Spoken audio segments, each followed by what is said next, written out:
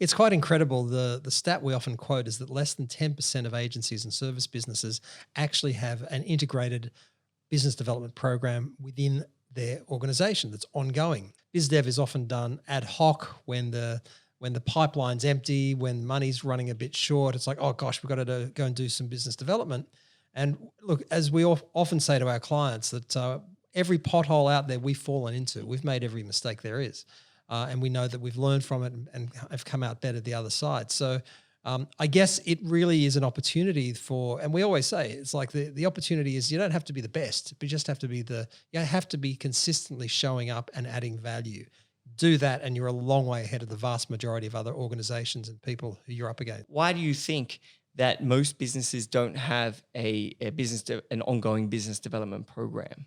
I think most business people are technicians. They're very good at architects. They're very good accountants or IT, or they're great at creating ads or doing PR. They got great contacts. Business development in many ways is a bit of an anathema to a lot of people. It's something people are uncomfortable with. But I guess that's where we're coming from, because we've come really high-end corporate sales, if you will, business development, solution selling, as the expression is. And really, it helps people. Like we're working, thanks to CUB, we're working with companies that non-agencies, if you will, service businesses like IT, like we're limousine company, like a private investigator. So these are service businesses that need business development. In no way at any of their training have they seen themselves as being in sales, but they don't need to be as such. They just need to have the program that runs for them. A question I have, it might be a really stupid one, but I'm going to ask it. How would you define business development? Is it marketing? Is it going to the bar on a Friday and meeting, I don't know, some executives? Or is it a bit of everything? How would you guys define it? Well, business development, it's really about every aspect of marketing to your customer. So business development encompasses using every resource the organisation has to reach out and satisfy the needs of your customers, your clients, solving the problem that they have. So, for example, what you've just described, that could be part of business development, going to events, reaching out, calling them, emailing them. It's a really whole series of activities that you do that generates revenue for the organisation. I mean, let's face it, business is only there for two things: making a product or service and getting a customer. So if you don't have the channel of getting your product or service to that customer, you don't have a regular program, business development program, then you're not going to grow into a Nike. You're not going to grow into a, big Apple computers, or a CUB. Or a CUB even, exactly, or a CUB. So you do have to have a program embedded in that business to make sure that month in, month out, you know where your revenue is coming from. I love that. The two things businesses do: delivering value and making cash. That's it. Well, it's true. Actually, of course it's otherwise true. accountants have nothing to do. Exactly. CFOs, nothing to count. And CFOs, people won't have jobs. That's it. And people won't have goods and services. So we see ourselves as really the pivotal point of any business, I think, is bringing in revenue, and that's marketing, and that is specifically solely targeting business development. One of our clients said to us something which really resonated and encapsulated it beautifully. He said the things like going to the bar and meeting a friend, or playing golf, or being in the clubhouse and meeting someone who just happens to see, what do you do? Okay, we can really use you, type of thing. That's opportunistic selling, and that's perfect. That's fantastic. It's a great way of doing business. It's how business has been done, and it always will be done. What we do is to say, overlay that opportunistic selling with strategic selling. And that's the sort of thing that we do in addition. And if you have both of those things going for you, you make a fortune. Yeah. How do you guys recommend people use LinkedIn as a medium? Every day. Daily. It's very important, I think. Oh, I agree. CUB's almost entire growth has come from LinkedIn. Use a CUB-related anecdote about, and Susan and I have spoken about this. It obviously wasn't Calvin, because he's only been here for 18 months or so. But I think I got a message about 3 years ago from somebody I'd never met from CUB saying, CUB's this, that, and the other. Ignored it. But I remembered it enough, the fact that I ignored it. But it was the wrong time. But what you guys did correctly, you kept showing up. And as we always say, add value consistently. Keep showing up. And Calvin in May sent me a friend request and said, or a connection request on LinkedIn, and said, we were interested, we've got this club, blah, blah, blah. And I thought, okay, that's interesting. And I took it to the boss, Susan. The rest is history, because it was the right, but you kept showing up with value. People complain sometimes about, should we message the same people twice or 3 times?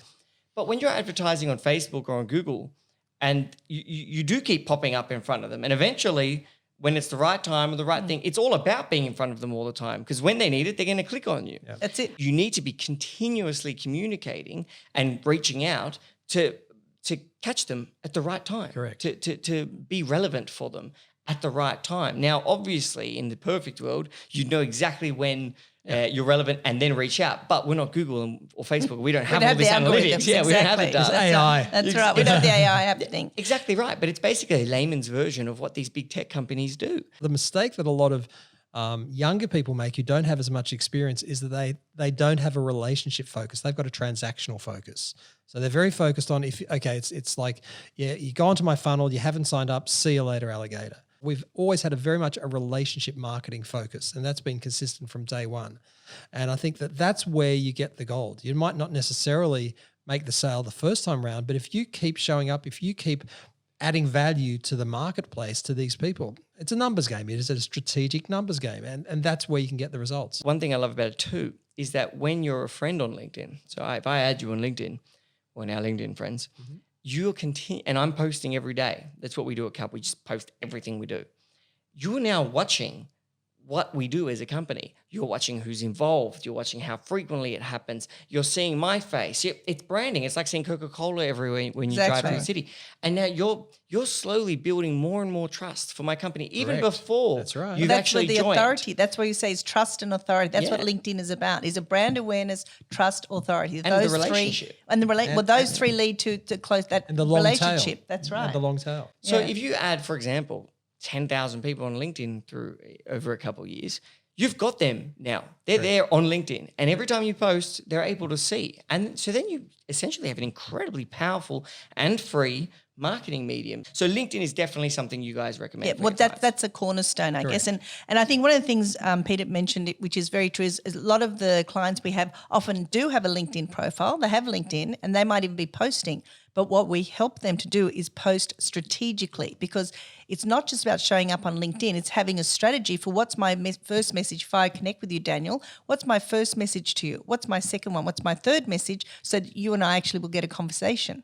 You know, what will prompt you to get on a Zoom call with me for 15 minutes to chat about, an opportunity we might see that we want? And how do you then move them from LinkedIn into an even more valuable tool, which is your database? So I think that's really important to push out your messages to LinkedIn. Obviously, you don't want to be annoying. But if you can do it as we said, you're offering them value, you're sending something where they know it's not a robotic message that's being sent to them, you're going to find that awareness level builds. And as you said, when the time is right, those people, if they're right for your organisation, they will come on board.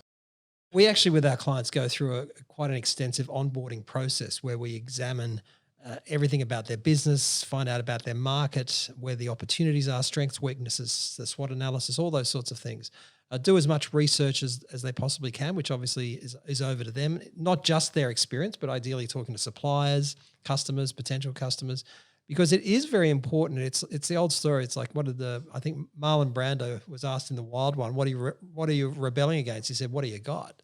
And it's like the old story, a lot of service businesses in particular, they basically offer whatever the market wants. And that's okay. We all want the cash. We all want, and look, having started a business, it's like, I'll do whatever you need type of thing.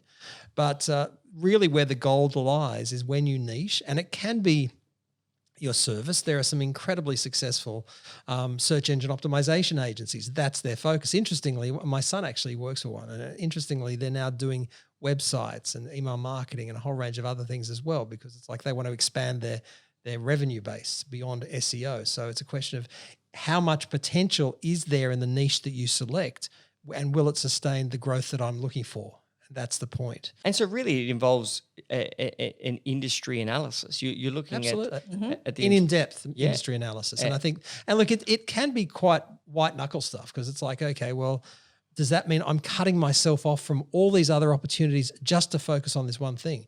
And I guess you really can niche everything. You can niche the purpose for your business. You can niche the service that you offer. You can niche the clients that you provide that service for. Exactly. To provide that purpose. So really, the more niche, the better. And after analyzing your industry, like you said, SWOT analysis, all that type of jazz, you can look at yourself and your business and be like, okay, well, what are our strengths? What can we do? What do we have that we can do better than the competition? Where can we fit? Exactly, nailed it on the head, is that the niching can be anything. It could be a vertical. It could be some special methodology you have. So it doesn't have to be just services. You don't have to niche that. You could be, as you said, an industry. Like, for example, as I said, Interactive Investor, when I started, it was very niche. We had proprietary software for interactive annual reports. And we were the first one to have interactive annual reports. Everyone else just had printed annual reports in those days. So I guess the key is, and like Peter, over the years, we were then asked by clients, whether it was Westfield or Centre Group or ANZ, etc.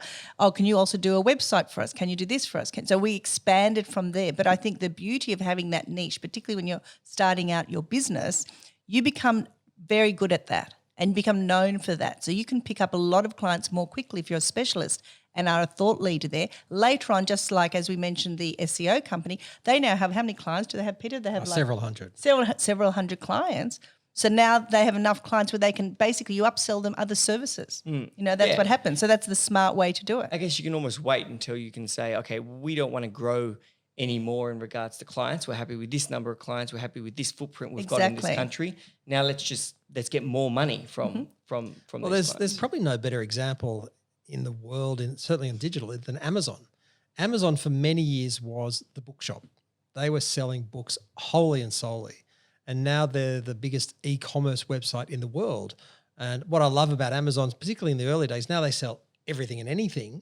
Their niche is e-commerce. Initially, their niche was selling books online, and they owned that, and they turned over billions of dollars. And they said, okay, you've bought a book on roses. How about we sell you some seeds? How about we sell you some manure, or we sell you some shears? You obviously don't do much gardening, Peter. Is it that obvious? Yes.